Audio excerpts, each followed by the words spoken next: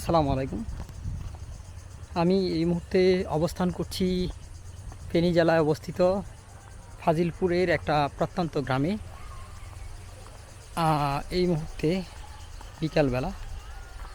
এখন বাইরের পুরো পরিবেশটা শুনশান নীরবতায় স্তব্ধ হয়ে আছে। গ্রামীণ পরিবেশে ঘেরা সম্পূর্ণ গ্রাম। অনেকেই এই পথ ধরে দূরে হেঁটে যায় এবং এখান থেকে অনেক দূরে কিন্তু বাজারে যাওয়ার পথ এটি। এবং এই পাশটা হচ্ছে পশ্চিম পাশ, এই পাশটা হচ্ছে ফরাদনগর ইউনিয়ন এবং এই পাশটা হচ্ছে ফাজিলপুর। সম্পূর্ণ অংশ হচ্ছে ফাজিলপুরের এই অংশে। আর এই যে দেখা যাচ্ছে এখানে কতগুলো খালি মাঠ, খালি জমি পড়ে আছে। এই খালি জমি অনেক দূর পর্যন্ত সবটাতে এখানে ফসল করা হয়েছে। দেখুন ফসলটা হচ্ছে, এগুলো হচ্ছে একবারে দেশি বাংলা ভাষায় এটাকে বলা হচ্ছে বেলু। এক ধরনের ডাল জাতীয় উদ্ভিদ এটি। ডাল জাতীয় উদ্ভিদ একবারে পুরো সম্পূর্ণ অনেক দূর পর্যন্ত জায়গা জুড়েই কিন্তু এটা করা হয়েছে। এখানে আগাছা জন্মেছে প্রচুর পরিমাণ, যার জন্য এই গাছটা কিন্তু ভালো হয়নি।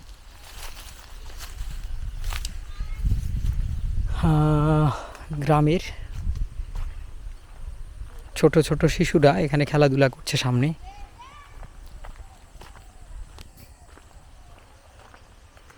ক্লান্ত একটা বিকেলে আলো ছায়ার পথ ধরে হাঁটা হচ্ছে।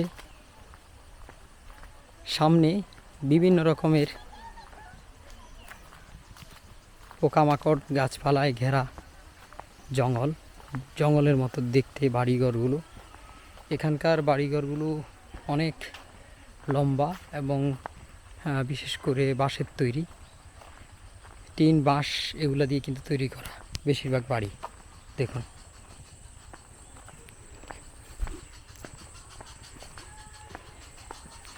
এই যে গাছগুলো দেখা যাচ্ছে, এটা হচ্ছে কলা গাছের পিছনে পাটি পাতা, যেটা দিয়ে পাটি তৈরি করা হয়। এগুলো দিয়ে কিন্তু পাটি তৈরি করা হয়, শীতল পাটি। গ্রামীণ সংস্কৃতিতে একটা ঐতিহ্য ধরে রেখেছে এই শীতল পাটি। আর তার সাথে বাঁশ বেত প্রচুর পরিমাণ জন্মে এখানে। আমি যেই পথ ধরে হাঁটছি এটা একটা খাল। খালের পাশ ঘেঁষে একটা রাস্তা সামনের দিকে এগিয়ে গেছে, সেই রাস্তার পথ ধরে হাঁটছি। দেখুন এখানে কি অবস্থা হয়েছে, কতগুলো নারিকেল এখানে ধরেছে। এই যে নারিকেল গাছটা অনেকগুলো নারিকেল ধরেছে, কিন্তু কাঠবিড়ালির উৎপাত হওয়াতে এই নারিকেলগুলোকে বস্তা বেঁধে রেখে দেওয়া হয়েছে যাতে কাঠবিড়ালি খেতে না পারে। একবারে শীর্ষ জায়গায় এই বস্তাগুলো বাঁধা হয়েছে। সবগুলো রাস্তা হচ্ছে মাটির রাস্তা। আমি এই পথ দিয়ে সামনে সোজা পথে একটু হেঁটে যাব, সোজা পথ ধরে হেঁটে যাব।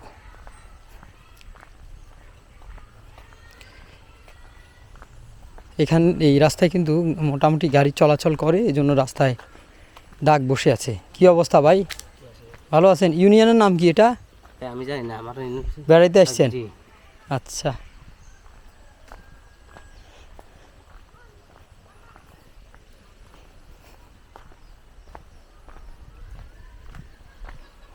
তো এই হলো ফাজিলপুরের একটি প্রত্যন্ত গ্রাম, যেই গ্রামে সবগুলো রাস্তা বেশিরভাগই মাটির। এখনও এখানে আধুনিকতার ছোঁয়া পুরোপুরি লাগেনি। আধুনিকতার ছোঁয়া ছাড়াই কিন্তু হয়েছে সম্পূর্ণরূপে। আর আমি যে অংশ থেকে হেঁটে এসেছিলাম সে অংশে এখানে ডাল গাছ এখানে লাগানো হয়েছে, অনেকগুলা ডাল গাছ অনেকগুলো, দেখুন এগুলো সব ডাল গাছ। ডাল যে একটু আগে বলেছিলাম সেই ডাল গাছগুলো এখানেও আছে, মানে পুরো এলাকা জুড়েই কিন্তু এগুলো বিস্তৃত আছে সম্পূর্ণরূপে। এই মুহূর্তে আমি যেখানে অবস্থান করছি এখানে সম্পূর্ণ সোজা একটা রাস্তা দেখা যাচ্ছে এবং এর পাশে আছে বিস্তীর্ণ ক্ষেত খামারের বিশাল এখানে ক্ষেত খামার আছে আশেপাশে অনেক জায়গা জুড়ে।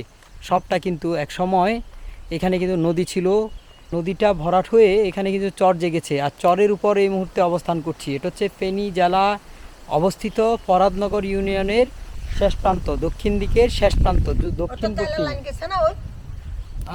এটা কিসের লাইন? তেল আর গ্যাসের লাইন এখান দিয়ে গেছে ভাই। এটা কোন ইউনিয়ন ভাই? এটা 13 নং ফরাদনগর ইউনিয়ন। 13 নং ফরাদনগর ইউনিয়ন। তো এখানে সব মানে ক্ষেত খামার সবগুলো? আচ্ছা, তাহলে তো প্রচুর পরিমাণ কৃষি কাজ হয় এখানে। হ্যাঁ, কি কি চাষ করে এমনি এখানে? আপনি হাইলে ধান করে। হ্যাঁ, ধান খালি ধান। আর এখন আপনি মোর বেলু হইরা মানি দইয়া এগুলা হয়, অনেক হয়। ফলন ভালো হয়, মাটি ভালো। হ্যাঁ, মাটি ভালো, হইরা বেশি হয়। আচ্ছা আচ্ছা, দইয়া উড়ি গেছে, হইরা উড়ি গেছে। তাহলে পুরা বছরটাই চাষাবাদ হয় এখানে। হ্যাঁ। আর ওই পাশে কি আছে? নদী? ওই পাশে নদীর ওই পাশে হেমুনিয়া হসপিটাল প্রজেক্ট আছে আর কি। তার মানে আমরা এখন এই মুহূর্তে আমরা অবস্থান করছি ফেনী এবং চট্টগ্রামের ঠিক সীমানায়। সীমানায়, হ্যাঁ, মোটামুটি। এখান থেকে কত কিলো সীমানা? আর সীমানা এখান থেকে প্রায় আরো 3-4 কিলো হবে। এই যে দূরে দেখা যায়, এখানে ক্যামেরায় দেখানো যাচ্ছে, এখান থেকে প্রায় 2 কিলোমিটার দূরে ফেনী এবং চট্টগ্রামের সীমানা। ওইটা চট্টগ্রামে মিরসরাই ধরে। মিরসরাই এদিকে রাস্তার পাশেই মিরসরাই, মেন রোডের পাশে মিরসরাই। আচ্ছা আচ্ছা, তাহলে তো আমি একবারে শেষ প্রান্তে চলে আসছি ফেনীর, পুরা জেলার শেষ প্রান্তে। আচ্ছা, এদিকে ফাঁকা রাস্তা, তাই?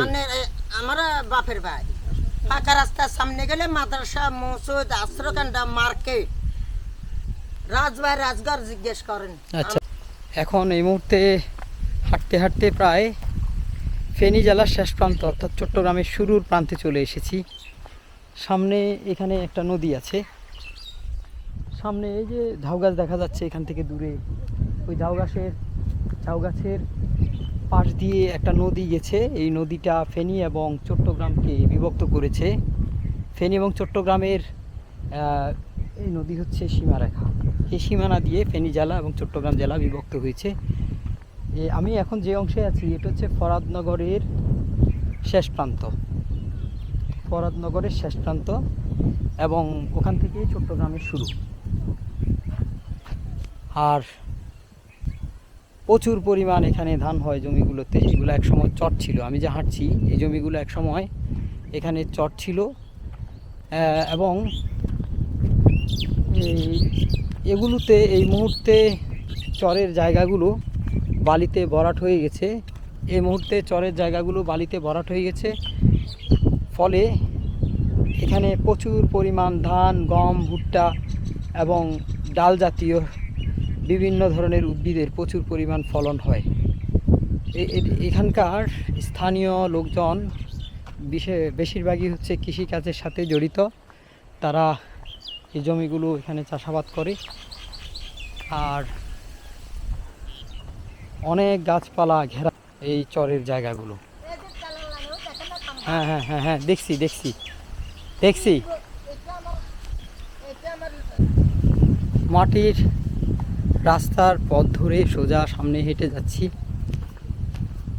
এই রাস্তায় কিন্তু প্রচুর পরিমাণ গাড়ি চলাচল করে। উঁচা নিচা অনেক ধরনের এখানে ঢেউ দেখা যাচ্ছে এবং গাড়ির চাকাগুলো রাস্তায় বসে আছে। শীতকাল এলেই প্রচুর পরিমাণ এখানে ধুলা জন্মে। আর এই ধুলাতে ছোট ছোট শিশুরা খেলাধুলা করে এখানে। গ্রামের মানুষ সারাদিন বিভিন্ন রকমের গৃহস্থলীর কাজ সেরে থাকে এখানে। এদের বাবা এখানে কাজ করছে, তাই ওরা দেখতে এসেছে। কি বলো, ঠিক আছে? হ্যাঁ, ওকে।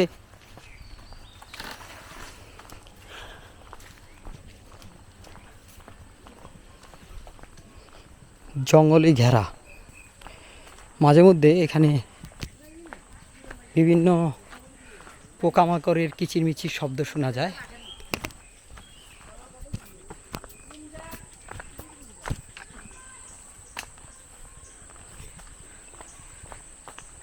হাঁটতে হাঁটতে আমি অনেক দূর চলে এসেছি এখন। এখানে একটু অন্ধকার হয়ে গেছে মনে হচ্ছে, গাছপালা বেশি ঘনত্বে জন্মেছে এখানে, তাই এখানে কিছুটা অন্য জায়গার তুলনায় একটু অন্ধকার। মাটির রাস্তা, সামনে যত দূর এগিয়ে যাচ্ছি তত দূর মাটির রাস্তা চোখে পড়ছে। আর সেই মাটির রাস্তার পথ ধরে প্রাকৃতিক সৌন্দর্য উপভোগ করছি এই মুহূর্তে। বিকালবেলা রোদের আলোর একটা শ্যাডো এখানে দেখা যাচ্ছে।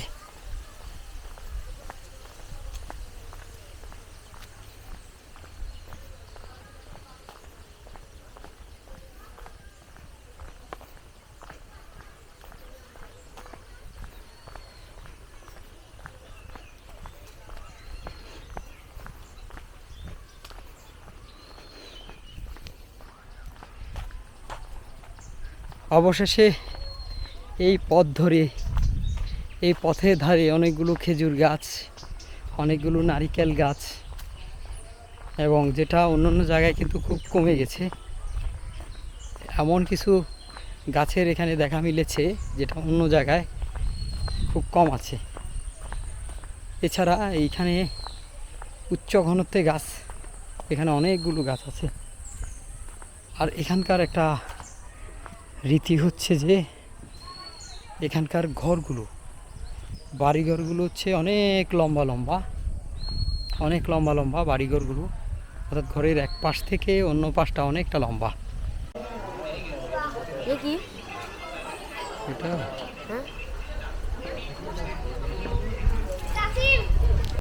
এখানকার স্থানীয় ঘরগুলো হচ্ছে অনেক লম্বা, অনেক বিস্তৃত, অনেক লম্বা, উঠানগুলো অনেক বিশাল বিশাল। আমার পিছনে ঘর দেখা যাচ্ছে, এটার উঠানটা অনেক বিশাল এবং ঘরটাও অনেক বিশাল। এগুলো টিন এবং বেড়ায় তৈরি, অনেক লম্বা ঘর।